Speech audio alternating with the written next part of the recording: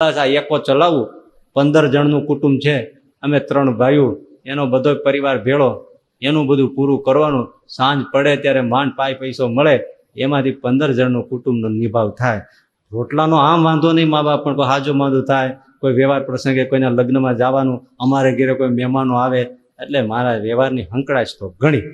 એમ સ્વામી કહેલા તે અમારી આટલી સેવા કરી, આજ મજૂરી પડી મેલીને અમારી મજૂરી કરી, જા કીધું આજથી તારું દારિદ્ર દરિયાને પાર ગયું, જા.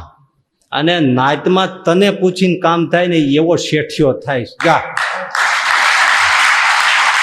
જો આ શેરડીનો મજૂરી કર્યો, શેરડીનો મજૂર થયો. બોરડીના મજૂરીમાં કાંઈ આ ન થાય બાપા. ભાવનગરમાં અક્ષરાનંદ સ્વામી આવ્યા, અરે આનંદાનંદ સ્વામી, અક્ષરાનંદ સ્વામીના ગુરુ આનંદાનંદ સ્વામી રોકાયા. પણ હવે ભાવનગરના હરિભક્તો કોઈ રીતે એમને જવા ના દે, સ્વામીને રોકી જ રાખે.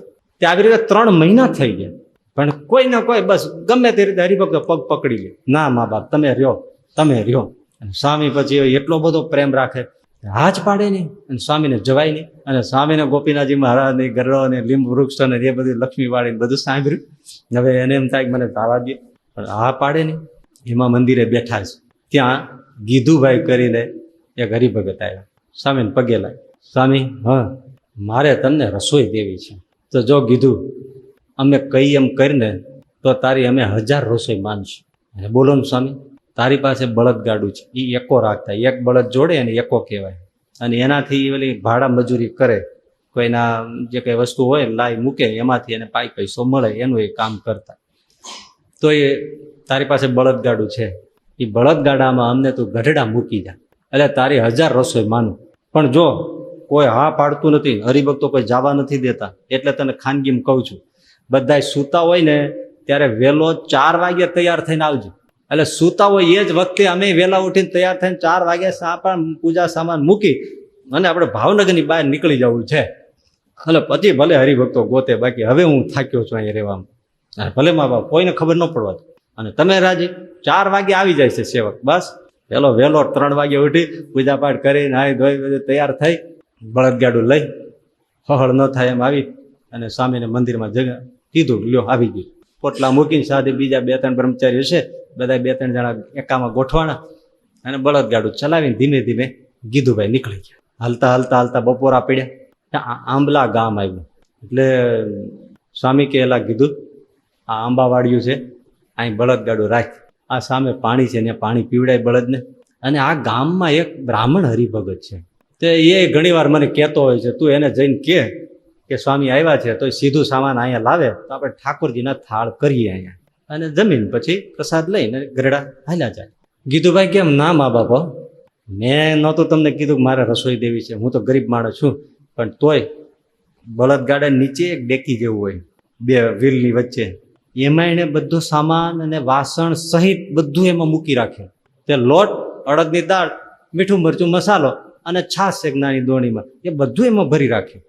સ્વામી હું બધું સાથે લાવ્યો છું, મારે તમને જમાડવા છે, માટે અહીં મંગાળા માંડો અને લ્યો આ સીધું સામાન. સ્વામી કે માળા તો વાસણ સહિત લાવ્યો છો? એલા હા સ્વામી મારે જમાડવા. મેં કીધું ને હું ભલે સામાન્ય છે, પણ મારે આ મારું પહોંચ છે, તમે જમો. સરસ મજાનો અડદની દાળ, બાજરાના રોટલા બધું બનાવ્યું, ઠાકોરજીને થાળ કર્યા, જમાડ્યા. થોડી વાર બેઠા એટલે સ્વામીએ પૂછ્યું, કીધું તારો વ્યવહાર કેમ છે?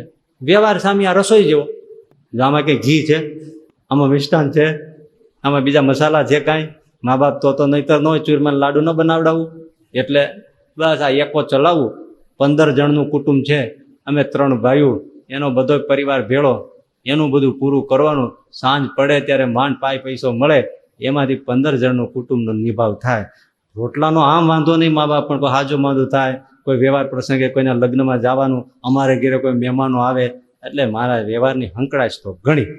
એમ સ્વામી કહેલા તે અમારી આટલી સેવા કરી, આજ મજૂરી પડી મેલીને અમારી મજૂરી કરી, જા કીધું આજથી તારું દારિદ્ર દરિયાને પાર ગયું, જા. અને નાતમાં તને પૂછીને કામ થાય ને એવો શેઠિયો થાય. જા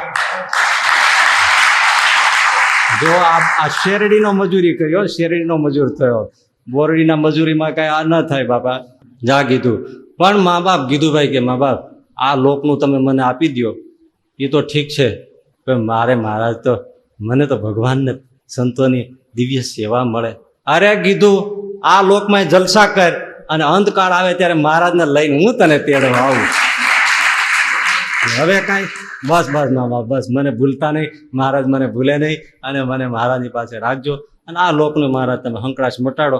મટી જાય તો કાલથી મટી જા. અને પાવર ચડે પછી કઈ બાકી રહે? ગીધુભાઈ મૂકી ગયા અમને, નીકળ્યા પાછા, આવ્યા ઘરે. ઘરે થોડા તકલીફ પડી હોય, મજૂરી એક દિવસની ગઈ. બીજે દિવસે જ્યાં બળદગાડું લઈને એમની દુકાને જતા હોય ત્યાં જઈને ઉભા રહ્યા. તે ઓલા શેઠ કે એ કીધું ક્યાં વયો ગયો હતો? મારા સાધુને મૂકવા હું ગરડા ગયો હતો. એમ તે હવે છે ને આ બળદગાડું મૂકી દે, એ કોઈને વેચી દે.